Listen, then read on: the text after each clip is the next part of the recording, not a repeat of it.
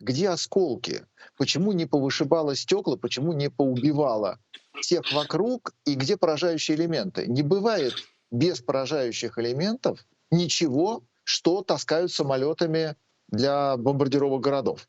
Поэтому очень странный взрыв, а после него совершенно внезапно вдруг некое признание российской власти.